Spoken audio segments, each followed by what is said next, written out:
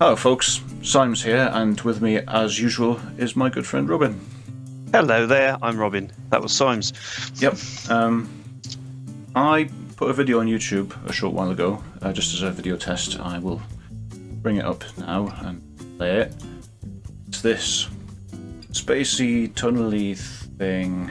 I can see through space. And it was just an experiment really, based on someone else doing a tutorial for a different software package. I thought that maybe I could try and do the same sort of thing in BlackMagic Fusion, which is a visual effects package. Alright. And the nice thing about BlackMagic Fusion is there's a nice basic version you can have for no monies at all to play around with things like this. That's very nice. And we got a comment saying, would you mind doing a tutorial on that? And I thought, no, not really. Let's do a tutorial. And Robin can come along and be the person who doesn't know what I'm talking about, who goes, Symes, what the hell are you talking about? I may be doing that a lot. Right. So I've got a clue about this stuff. Yeah, so this is BlackMagic Fusion. And I'll try and kind of go through step by step. There's kind of a two-stage process to this. Because the first stage is making the graphics in the first place. And the second Is this on the PC, by the way? This is on Windows 10 right now, yes. Yeah. But it is also available for Macintosh. Okay. And so, because what we wind up with, if I turn on this window here, is this is what we're making in this stage, which is kind of one wall of the tunnel, if you like. Yeah. And if I press play on this, it'll render at reasonable speed. Yeah. And it's going woo like that. And that's what we're making. And this is based on an old cinematic technique called slitscan. Slitscan, which was quite heavily used in the 70s. You might recognise a similar thing from the very, very long tunnel sequence in 2001: A Space Odyssey. Ah, yeah. And basically, slitscan is you have a long strip of whatever you want to film, and a tiny slit over that, which you shine light through, and you point the camera down at it, and you film and move the camera towards the slit, and so you get a few frames of a slit moving towards you, and then you wind the film back again, wind the image on a little bit, film it again, so now you have two slits on the film, and so on. And that obviously takes a really long time. But with modern technology, we can do something a bit similar in a lot less time. And that's what we're trying to do today. But what you want to start with is some sort of image which has interesting patterns on it. And I was wandering around the internet and I found this image right here. Now, we're not so much interested in the car as this lovely shiny backdrop. The funky bit. The funky bit. And we want a really, really long strip, so this is just how I process this image. Obviously, if you're drawing your own images, you can just draw a really wide image. But this isn't wide enough. So the way it works in Fusion is you want to make something very, very big and repeat it, then you start with an image that's the right size and copy this image onto the top of it many, many times. So this background node here, this is just a very wide image. It's 1040 by 720. That's wide. Quite big. Yeah. And this node here, the merge node, just copies this image many, many times, mirroring it. A gajillion times. A gajillion times mirroring it, and then we have a few things here which process that just to get it into the sort of state that I want. So we take the colour out all together, and then put it through a Luma key to get rid of the black and make it transparent. Okay, Are you following me so far? I'm with you so far. Kind of, a bit. Yep, there's squares everywhere. There's lots of transparent backgrounds going on. Which I know enough about graphics to know that means it's not there. Yep. And then another brightness contrast node just to brighten everything up again. So we've got our little... We'll add the Doctor Who levels up a bit. So it's nice and bright. And all of this is just getting our initial image into the state where it's a nice wide monochrome film strip thing. Yeah. Right. And if you draw your own monochrome film strip thing, you won't have to do any of this. But this node here, the crop node that we're using, I'll put it back to frame one. The crop node is where all of the interesting stuff begins to happen, right? Right. So I pull that up, you can see it's quite a narrow slit, if you will. And, Right, Jingo. Yep. And what we're doing here is we are cropping our gigantic wide image into a 15 pixel wide slit. Yep. And this has a green on it, which means it's been keyframed. What's keyframed mean when it's at home? Well, keyframing is in animation. You want to move something or make a set of values change over time. Right. Then what you do is you set at the start and end, you set two specific or important key frames with the values that you want for the start and end, and the software interpolates between those values for you. So what basically happens is you go to X offset, you choose set key at the first frame, which is where we are. Yep. And you set to where we are, and we're at -15, which basically means right at the start of the strip. And then we go to the last frame and set another key at the end of the strip, 10,240. Quite a long way away. And then, because we've got those two keys set, every frame in between, the software just interpolates the value of the offset, which is why this is blue, to show that it's an interpolated value. And you can see as I scrub back and forth, the value is changing. And it's doing funky things. And it's basically scrolling our little strip of stuff through across the slit, which is all funky. And I've cropped it down as well. It's not. I didn't include the bit that had the car on because we don't really want that. We just want the funky stuff. No. Okay, so now you have a slit with a nice funky thing scrolling through it. The next thing you need... magic and everything. Yes, and the next thing you need to do is to turn that into the slit scan effect. And the slit scan effect is basically snapshots of the slit moving past the camera. That's effectively what it is. And that means we need particles. Just go with me on this. Particles. Okay. Particles. Yep. Because particles... You say you need particles, I'll believe you that we need particles. We totally need particles because basically particles are or can be bitmaps which move around in the scene, are emitted and travel at a certain velocity in a specific direction. Okay.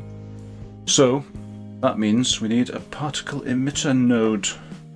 This node here. It's a catchy name. Yeah, right. Okay, so you have to set some things up, and a lot of this stuff comes down to tweaking about how things look. Right. But the thing about getting this particular effect on this particular piece of software is that you need to set this number here to 1, which is the number of particles emitted on each frame. 1 particle per frame. Right. Because more than that, it just basically doesn't really work. As opposed to that just being a value that says number. What's this do? It's just number. It is. I mean, Great name. It should possibly say more than that. But yeah, that is actually number emitted per frame. Yeah. And then not just number. It's just a number. What's it for? I don't know. It's just a number in it. Yeah. 26. Brilliant. All right. Yeah. So, yes.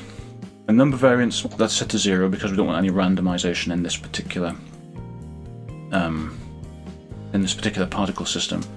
And the lifespan is number of frames each particle lasts until it's deleted. And all that's about is... How long it goes fizzle fizzle. Yeah, all that's about is like when you want them to vanish. Yeah. And so you can have a limited lifespan as a visual effect, or just because they've gone out of the scene and you want to save on memory and CPU power and don't need them anymore. Or just because you hate them. Or because you just want to kill them. Yeah. Die, particles. And what we have here is, you can see at the start, the particles kind of come whizzing out of the centre of the screen, and at about 180 something, they're passing the camera. So 200 is a safe value for lifespan, because they're already past the camera by then. And velocity here is going to determine how fast they move, obviously, and also how closely spaced they are. Yeah. And again, variance is at 0 because in this particular system we want it nice and ordered. But every particle at the same velocity. No angles changing, no varying angle, no Z angle changing. We've set this to -90 because that means I think it's coming directly out of the screen, if I remember correctly. Okay. Yes, something like that. Yeah, because 0, angle Z 0 means it's going across from left to right. Okay. I don't want that. I want it coming directly towards the camera, so minus 90 degrees. But no variance on that either. Okay. And we don't need to inherit a velocity because the emitter is not moving. That's a lot of settings. Yes, this is on the first tab of this thing. Oh my word. Oh yeah, you've got all the modifiers as well. Got a bunch of stuff here as well. Oh lordy. So, and we rotate them to always face the camera. I don't actually think it makes a difference in this particular case, but they're set to always face the camera, just so that they're flat on, so the camera can see them. Yep. I don't think we're doing anything special in sets with this. No, there's no set special. Style is just where you decide what it actually is. So we've chosen a bitmap, and because we have a bitmap input here, from this we have in the style bitmap input on the particle emitter, we have our crop thing. Then when you choose bitmap here, that means that it's using that as the bitmap for the particle style. So are you right, still okay. following me? Yeah, but only More because or I've less. used GStreamer. More or less. So I'll say yes, and we'll Right. go with that, shall we? basically, it's basically if you want to use an image for your particle, you connect it to the input of the particle emitter, and you choose bitmap under style, and that's how you use an image. Right. And we've set, the color is white, and the reason for that is that we're going to colorize them later. Ah. We're not doing any color variants over life. You can do all kinds of, because this is like actually a fairly simple use of a particle sim. You can do absolutely loads of stuff with them. So we're not messing with the size very much. We've set it to fairly small, but we don't mess with it after it's been initially set. We're not fading at all. We're not doing any merging weirdness. I had some blurring set, but I think I've turned it off. Yeah. But again, and it's also very much adjustment to taste, right? Once you've got the basic thing, this is how it works, and this is how you do it, and then tweaks to how it looks are very much like up to the individual, which is what I'm going to say to avoid people going, "Oh, it looks rubbish." Well, it's up to you. You can change it if you want. Yeah. So that's that. The next thing is the particle render node, because when you're creating a particle system, you then need to render them so they can be seen. Always helpful. And Say, I have loads of particles. Where are they? Well, they're invisible, aren't they? Didn't render them, so can't see them. Yeah. And Fusion lets you do particle rendering with a full 3D system, or in pseudo 3D with just a 2D, which is what we're using right now. Otherwise, we would have to add a scene and a camera and some other stuff, and we don't really need it for this. If we had other 3D objects in the background, like if there were particles interacting with other 3D objects, then we would need that. But we don't have them, so we don't. So there. Yeah. So just deal with it. Alright. Yeah. And again, we're not doing very much with this. We're not doing any blurring or glowing, because we're going to bring that in later. Glowing. Some subframe calculation accuracy, just because Some subframe. What the hell now? then we have, because you have frames, but the things are moving between frames, right? Right. Well, you just take it. So there's a bit more subframe calculation accuracy. Slows down the simulator, but it can make the motion look better. Okay. I think it's possibly less important the way I have it now than when I was messing with it before. But anyway, yeah. And also there's this checkbox here, which is kill particles that leave the view as well. So even if you forget to sort the lifetime out, it'll just kill them after they go off the view. It just doesn't. Otherwise, just, what are you rendering? Loads of things. That's like 20,000 particles. I don't know. Are they actually on the screen? Well, no. Who cares? Whatever. The scene view is again. This is another quite important thing because it's how you tweak this, which is what you're eventually going to render.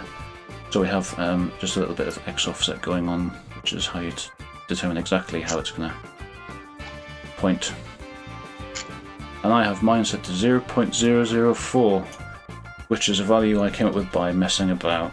So messing about is important in these things. You just faff about with stuff. And you can tweak the focal length and stuff as well. Until it works. And change your zoom and just see what you like, you know? Yeah. A lot of it's just set to the defaults. We don't have a grid turned on. And this is just the image tab is in everything, more or less, everything that renders, and it's just whether to use the standard format of the project or whether to use a custom one. So we're using this one. And the last thing we do in here, in this node network, is we take this 1920 by 1080 black background, and we merge our particles on top of it, like that. Right, and then we render them. Render them like a mofo or something. Which I haven't actually done with this, I think. So,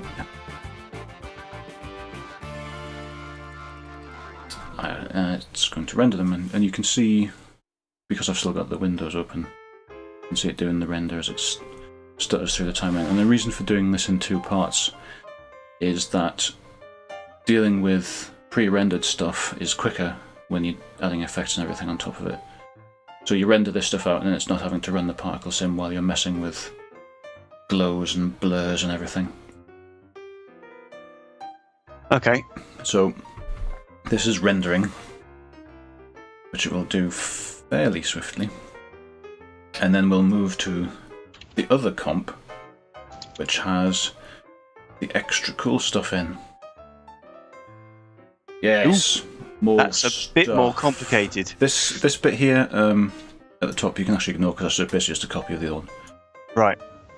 This bit here though, oh yes, this is all very, very well. That's a black background. That's not especially interesting, but generally this is very interesting. So I'm going to zoom it up a little bit so we can see what's going on. It's quite easy to follow actually, because he's just sort of feeding effects into something which does something with it and passes that effect on. I really like this node-based stuff because it's like this goes into that goes into that. That's not right. So this slit scan render thing should be the thing we've just rendered out, which it kind of looks like it is. I know. Yeah. And this here is a background. This is a square background. And the reason this is important is that in the thing we just saw, we rotated the camera or the image as it was going, and that's why we need a square background. So when it rotates, you don't get like truncation stuff because the output obviously this is 16 by 9. It's not square at all. No. So and the way Fusion works is the background to a merge thing determines how big the image is, and every operation thereafter operates on an image of that size. So we want an image of this size, we make a background of 1920 by 1920 and slap it into the background of a merge node, and then this is rendering on top of, I'll switch that to the merge, that's now rendering in a square thing like that. Right? Well, that looks a bit rectangular, the green angle. I see. The green is the input, and the black rectangle is the entire. Gotcha. Yeah, so it's a little bit dark on my screen, but I've got it now. Yes. So this network is a little bit more complicated because we're taking one input, which is this, and turning it into 4 outputs. Haha. Right. Now, see if I can remember what these nodes are for. This is a color gain node. It turns it blue. So that's complicated. Right. Yep. The first thing is take our first copy, make it blue. Right. Done. Yep. Right. That's all we do there. Tweaking alphas and whatnot. Second copy has a time speed node, which all is doing is offsetting it, so you don't get the same frame on both copies at the same time. Right. Okay. Yeah. So we can see here, this is from the first copy. This is the current frame of the second copy because it's been time shifted. Yep. Right, and then we have another color gain node. Make that one red. Magic. And then there's a transform node, which I guess flips it like that. Alright, so now it's on the other side. And now here, this merge node merges them together. Like magic. And then we have a glow node here. Makes them glow. Oh yeah. And then we have this, the OCL or God Rays node, which does that. On top of the glow. Makes them really glow. Okay, so that's the main, and that's the main part, which is these two vertical ones, the red one and the blue one. And now the other copies over here, we do have more. We have another couple of time shifted copies like that. Yep. And we transform them so that they're top and bottom. And we merge them together. And then we have a dent here, which makes it all bulgy and weird. Oh yeah. In the middle. It's like a weird lensy effect. And then there's a defocus on that, which makes everything sort of blurry. Yep. And then I added some film grain for some reason. I'm not quite sure, but whatever. Film grain is good. And now we go over to this half of the network because now we're going to merge it. When we get to here, we're going to merge those two ones that we had before. Yep. That one and that one. Merge them together. And you get magic. Using screen, which is so this which one's that one? Yeah, this faint one is going on over the top, but it's being made quite faint. I think I've got the blend turned down quite a bit, so it's just a sort of very subtle addition. Almost like a lensing effect. And this node here just sets the canvas color to black, which means when you see areas which are outside of the canvas, like when we rotate it, which is what we're about to do, they'll be black rather than transparent. Okay. Are you following me so far? I've kind of. I'm with you. Yep. Okay, cool. Now the transform. Transform, as you may be able to see here, has keyframes on the angle. See, it's blue, but it's 0 because we haven't started transforming it yet, because we wait until frame 500. See, there's a little green line down here. Oh yeah, yeah. And frame 500, first keyframe, and at the end, and then here in frame 840, 50 something, is 90 degrees, so it's rotated. So from this frame to this frame, it slowly rotates, and you can see the green box is the frame of what it's actually doing. Oh, okay, yeah. So that takes us around 90 degrees. Yeah. Right. So you're getting a spinny effect. Yep. So technically speaking, at the end of the rotation, now we're at this angle. Yep. We put it so mindable. And so we can see kind of here, going back to the set canvas color for a moment, these bits here technically are outside the canvas that we're rotating. Yeah. So if I hadn't set that to black, they would have been transparent, and that would make some things not work. And then we have another brightness contrast node. It's just what am I even doing with that? I don't know. It's there, but it seems to have all set to defaults. Maybe I was fiddling with it. I don't know. Anyway, you can tweak things. It was probably there for tweaking purposes. Okay. So anyway, so we've got here we crop it to bring it back down to 1920 by 1080. Yep. And center it up nicely. And now we've got a split off thing again here, because I thought, why not? So this one is going to be the background going into this merge node. Oh yes, I remember what this is for. Right, and this is. I'll just say what's happening, and then you can ask me about anything you understand. Right. So anyway, so we take this. Yep. This is being split off to here. Right. Brightness pumped up. It's not actually. It's a bit more bright. You can see stuff's getting blown out a little bit. Yeah, it's definitely more blurry. Pump up the brightness, and then we blur it. Yep. Yep. And then we apply a luma key again, as we've done in the past, so that we've just got the very bright areas and everything else is transparent. Right. Then that goes into the mask input on this merge node. And what that basically means is that stuff that's getting merged in will only be applied in the areas where this is the brightest. Right? And what's happening? Okay. And what so that will sort of trim it around the edges. Yeah, and what that's actually going to be trimming is this image, which is a picture of lens dirt. Right. It's a picture of dirt on the lens. Right? Okay, yeah. So I'll just resize it to the right size. And so what basically happens is, the objective of this is that you only actually see that there is quote-unquote dirt on the camera lens in the areas where the image is the brightest. Okay. Because it would be the most obvious there. So this merge node, which is set to standard overlay, I flick that on and go, actually I need to, the one on the left is the original, the one on the right is after the merge. And so they look really, really similar.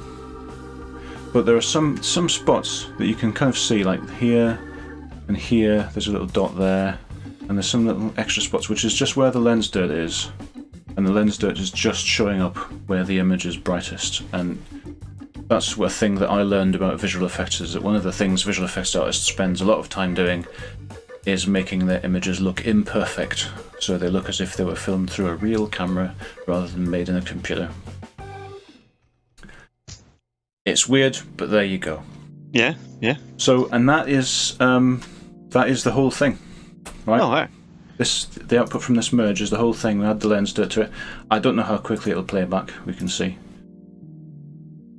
It's it's managing like 2 frames a second because it's doing quite a lot of work. Yeah, you got the little green line flickering all over the place. Yes, you can see all the nodes that are being processed. So I'm not gonna play that back too much, but that's kind of the notion. And Groovy. Have you got it rendered anywhere for the final result? Not this one, no. Because I just did this one. It's actually the same image as I did before, but I kind of made the particles closer together. I can render it out, and we can come back to the final result after the render. Plan. So that is what we will do.